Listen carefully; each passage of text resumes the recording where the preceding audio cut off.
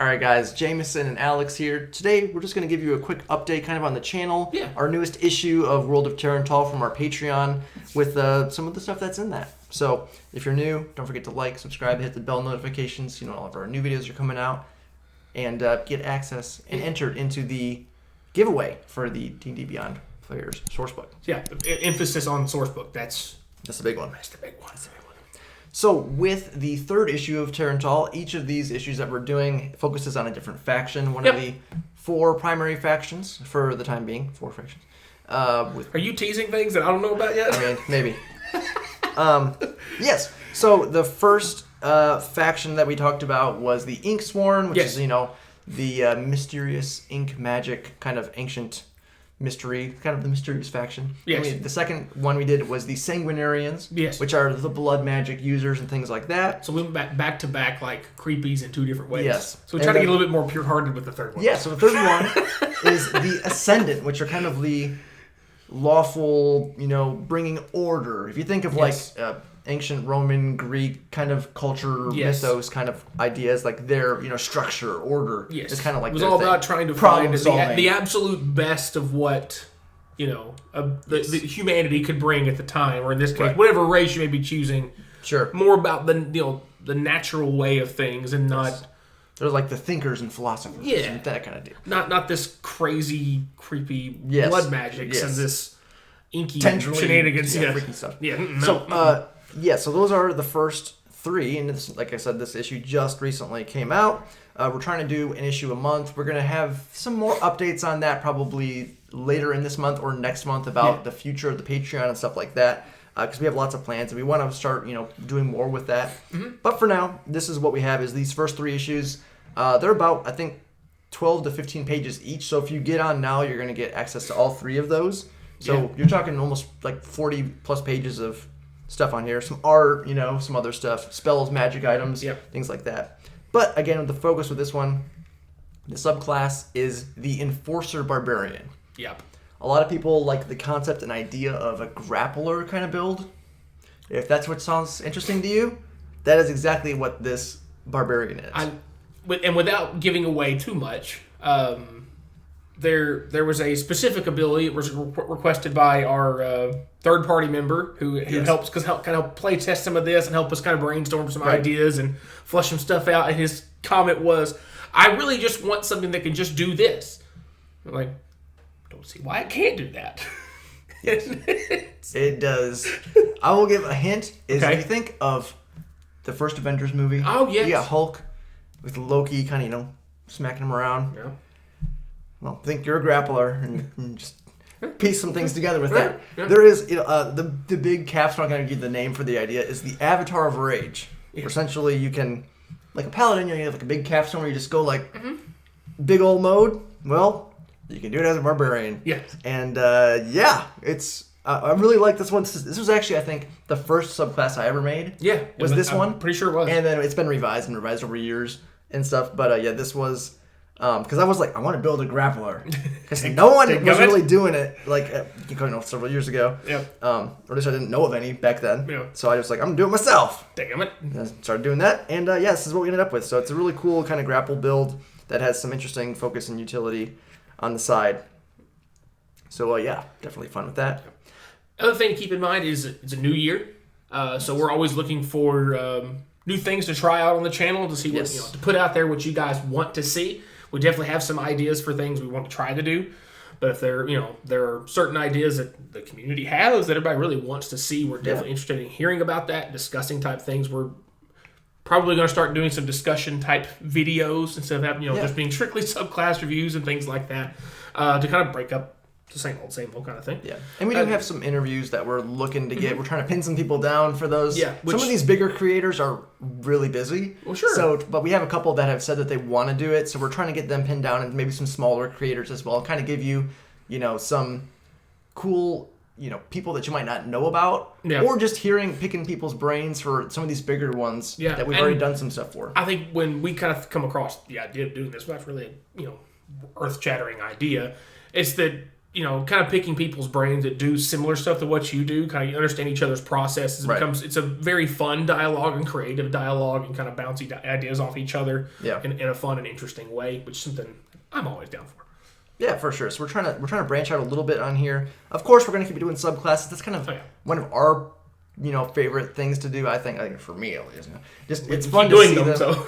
They're cool. I think it's fun to do that. But also when you're looking at making your own homebrew, which is really what I started from like day one of DMing. I was like, this is a cool kind of deal on here, but I want to add some of my own stuff to it on top. Yeah, I think once we got past like the 4th session, maybe like, 5th session, everything was like completely. I tried to make like my own head. side quests. So I'm like, this is the main story, but like, oh, here's your random side quest because I was like, I want to do my own stuff, throw some extra magic items because magic items are fun.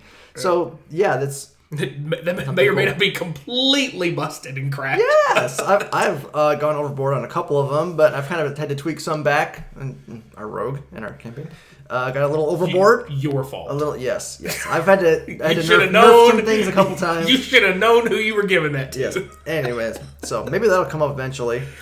He's also paid us back by like making things much more difficult. Oh, like every encounter is deadly, so I almost kill them every time, every single fight. So that's always fun. We don't do a ton of combat, but when we do, they are brutal. The general rule for combats is like 4 or 5 a day. We're like 1 or 2. Yeah, but I try to kill them like every single time. But you get hit by 1 ability, you get half health. Like okay, it's gonna be like that. So yeah, but that is like here you can have all these awesome magic items, but just know you're gonna need every single one of them. You know what? I don't think I want it. Pretty much. Speaking of magic items, one of the cool things we want to do with those and with the Ascendants on here is we wanted to have like new unique takes on stuff that you don't ever see. So the theme with the Ascendant ones, we've started doing like some set bonuses, which you kind of see a little bit of in some of the like official content. The Lord of Waterdeep like thing. It's got like a cloak, a helm, and there's also the one I think of is the oh my gosh, I'm gonna blank. It's been a minute since we've recorded videos.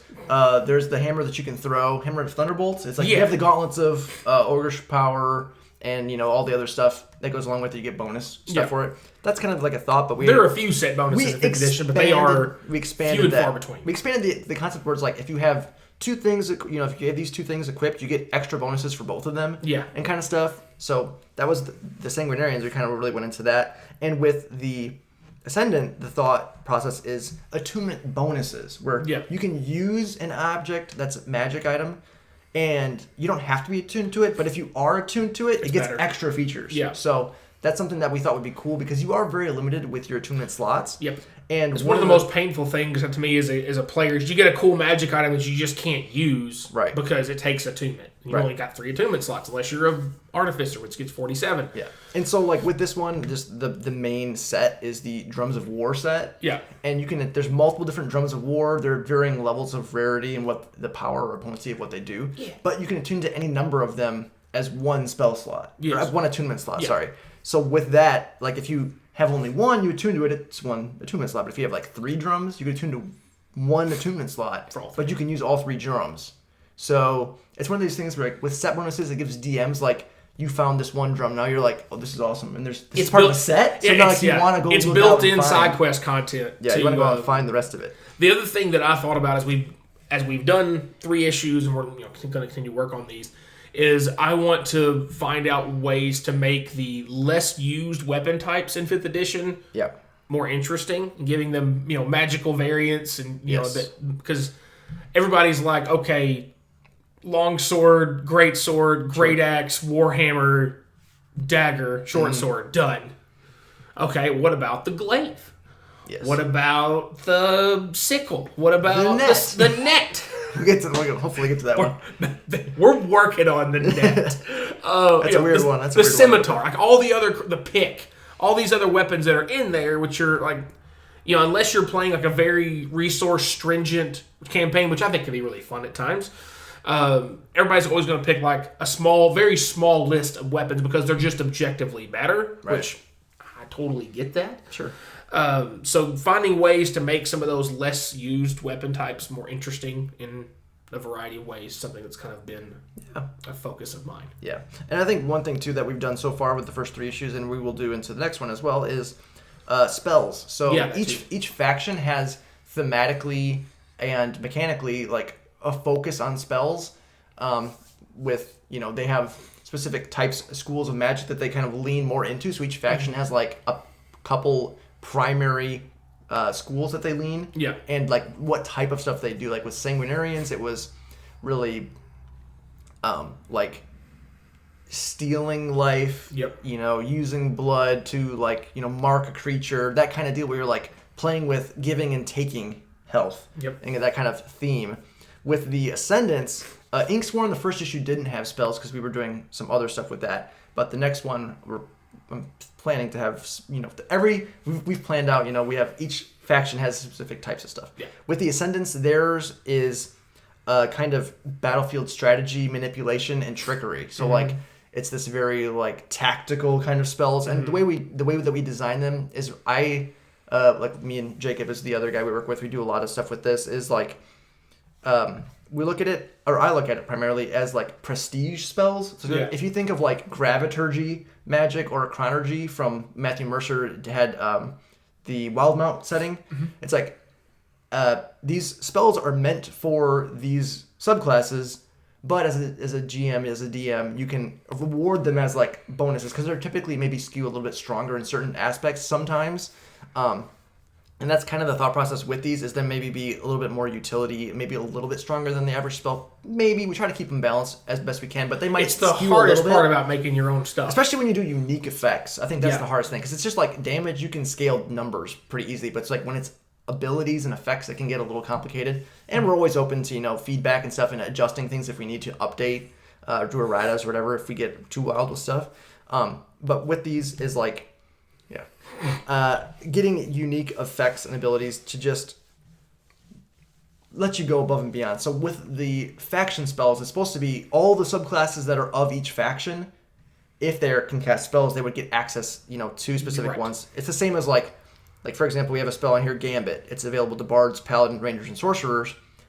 Our suggestion is, as those subclasses are released, that those subclasses will have access to it. Yep. But as a GM or DM, in your campaign or whatever, you could meet a spellcaster that can use this and they can teach it to the players, and they can learn it through like an RP or another ability, or you just give it to them on their spell list in general if you wanted to, if you feel like you're cool with doing that. I'm not going to stop you. I'm not there. But yeah, there's a lot of utility with these spells. And moving forward, obviously, this is going to be top. The Patreon and folks that have supported us with that so far, greatly appreciated. They're the ones getting this. But we want to promote that, obviously. We encourage you guys to support us if at all possible. Because the more support we have through that, the easier it is for us to spend more time toward this and put out more content, make it all that more readily available. I will make it known. A lot of the stuff we do, it costs. Like, we buy all these PDFs, to review all these subclasses and stuff. Like, it costs us money to buy all this stuff. Yes. And it costs us money to hire artists to make art for these Patreon things. And so, like, art is not cheap. No. And, not cheap. And the folks we have worked with doing the art for our episode so far has been absolutely phenomenal. Yes. And awesome.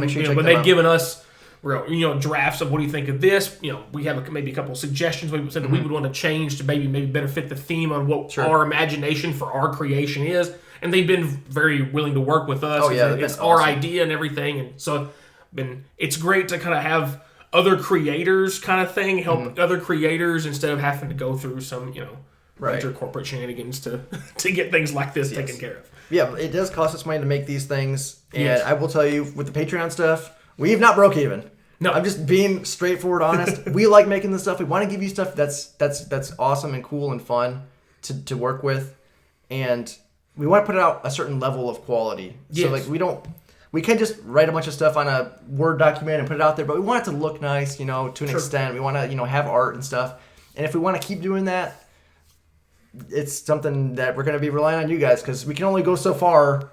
Going upside down on it. So it's something we want to do more of. And obviously the more support and stuff we get, the more we can put out, the more we can do with it. So always appreciate that for those who are already part of that. Thank you so much. Yeah. We have a lot of stuff we want to do with the channel and with, the brand or whatever you want to call it, with Territol, with, all that stuff. So of course his world has been a little up in upheaval lately. Yeah. Combination of having a young child and a new house. So congratulations to him for both back-to-back big events a year after year. Plus, holidays and everything going on at the same time is a very crazy busy time. So, lots of stuff going on. We want to do more for you guys. We enjoy doing this. It's fun for us. But obviously, it's got to be. We would like to at least get back out what we put into it regularly. So it's just how it is, I know. But thank you all guys so much, and gals, and all. We never thought when we started doing this some few years ago we would be where we are now. Let alone we hope to continue to grow, and thank everybody who's been part of us. Whether you've been here for a couple of months or you've been here since the wee times way back when. It was brutal back in the day. Yeah. When we were wee lads doing this. It's been a long process. It has. I can see why a lot of people quit because it takes a lot. Like that first 1,000 subs, oh boy, that was insane. Yeah. But thank you all so much for your support. We want to keep putting more stuff out that you guys enjoy. So make sure you always, if you have any thoughts or ideas, suggestions, you want to send us stuff like, hey, check out this, PDF or this book or this subclass. Fire when ready. Let us know and we'll check it out. See if it's something we want to do. We do have a long list of stuff, so it might be a while before we actually get to it. He does have a really bad knack of supporting a lot of Kickstarters. They could be tiny, like $5,000 or $500,000. I'll support a lot of them. Not all of them, because there's a billion of them, and I have a certain thing I'm looking for, certain check boxes I check off when I'm doing them. But they have Alcoholics Anonymous and Gamblers Anonymous. We might need a Kickstarters Anonymous for my guy. This is how we find all these cool things. That's honestly where a lot of our homebrew stuff that we've supported has really come from. Yeah, which is also again great. Or I'll stumble upon what's this thing, and then it leads me to this person worked with them, and I'm like, who's this person? Oh, they have their own stuff. Oh, they work with this person. And they have their own stuff. It's a process. Rabbit hole. So we're trying to find you cool, awesome homebrew stuff, and we hope that our stuff is cool, awesome homebrew stuff as well that you guys enjoy. So obviously, that's all it is. That's all for today, guys. We want to keep it relatively short. We've been kind of rambling a little bit. Failed. We just got a lot of stuff we're working on, want to do. So I'd like to keep you guys updated with it. But Happy New Year. Yes. Lots of stuff planned for the next year and future to come. So stay tuned. As always,